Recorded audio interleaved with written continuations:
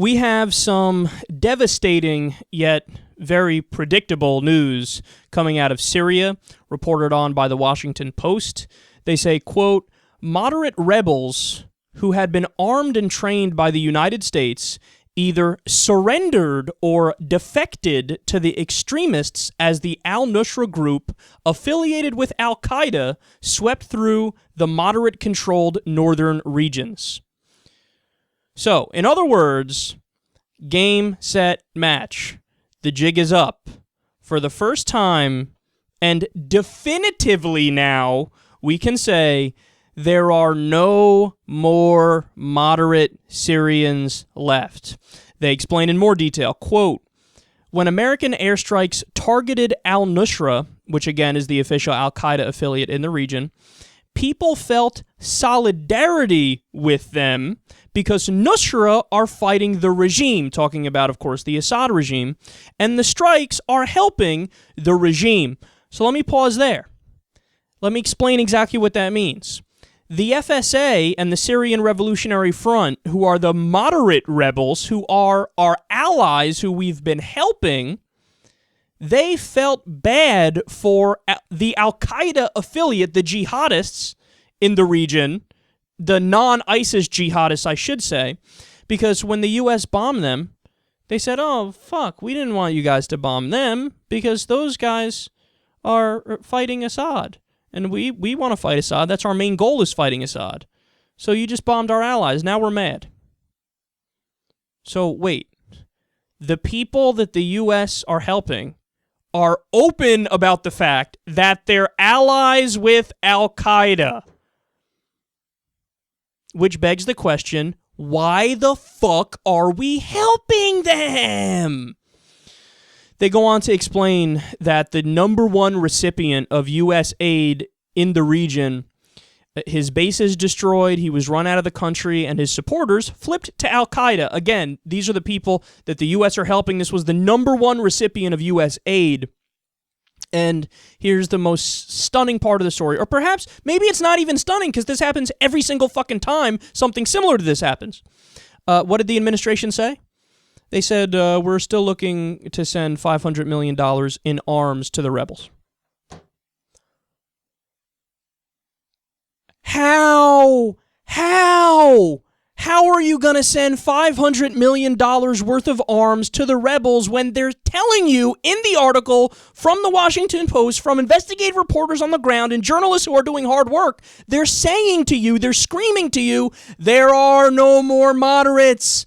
There's nobody here that's fighting against Assad that is not a jihadist. There are different jihadist factions and groups, whether it's al-Nusra Front, which is officially affiliated with Al-Qaeda, or it's ISIS, but all there is at this point are radical Sunnis, and they're fighting against the Assad regime, who is, of course, a Shiite or an Alawite.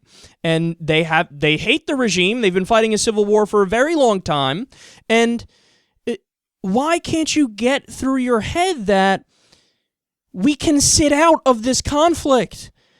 The U.S. government hates Assad. In fact, they were thinking about bombing him a year and a half or 2 years ago, to the point where Obama was giving speeches about how much he hates Assad and how much he wants to bomb them and how he's a war criminal, so on and so forth. So we don't like Assad, but then that doesn't mean you have to default and pick somebody on the other side, because at this point, the only people on the other side are not fucking moderate. They're Sunni jihadists, whether it's ISIS or al-Nusra. And all the good people who were in the FSA, the people just had regular jobs and decided they didn't like the Assad regime, they either flipped and are now supporting the Assad regime because they see how terrible so many of the rebels are, or they just fled the fucking country. Some of them went to Turkey, some of them went to Europe, and they said, this is insane. I mean, all the people fighting the Assad regime are just as bad, if not worse than the Assad regime, because they want an Islamic State. They want to set up a Sharia state. But the U.S., in its infinite stupidity with foreign policy, is like, we need to get involved somehow. Okay, so before we wanted to attack Assad, then we flipped, and we said, okay, let's actually help Assad, de facto help Assad, because we're going to bomb ISIS, and ISIS is fighting Assad.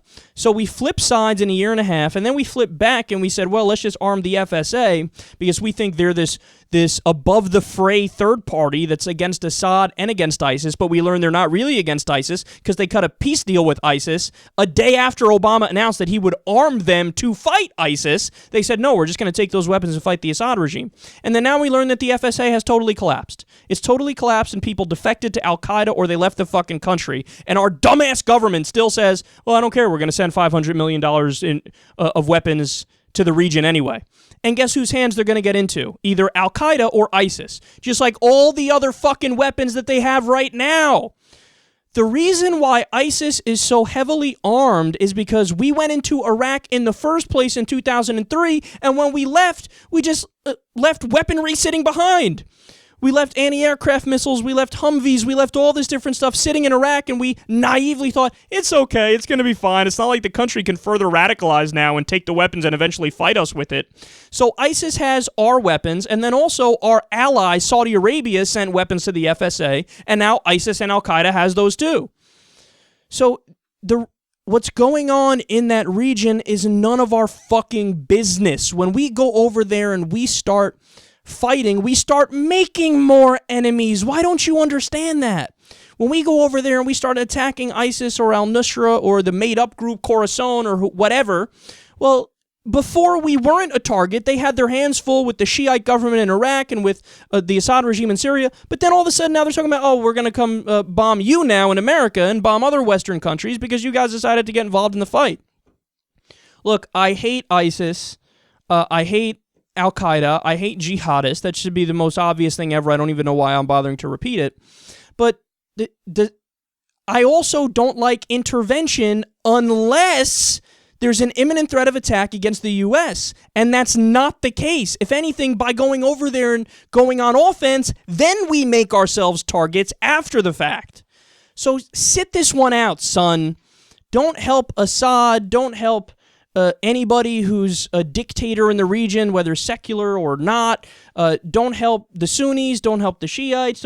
There's no good answer. And U.S. interventionism and militarism has fucked up the process from day one, and it's not going to make it better now. And the worst thing you could do is just send weapons to this incredibly radicalized region of the world and expect everything to work out in a pleasant way.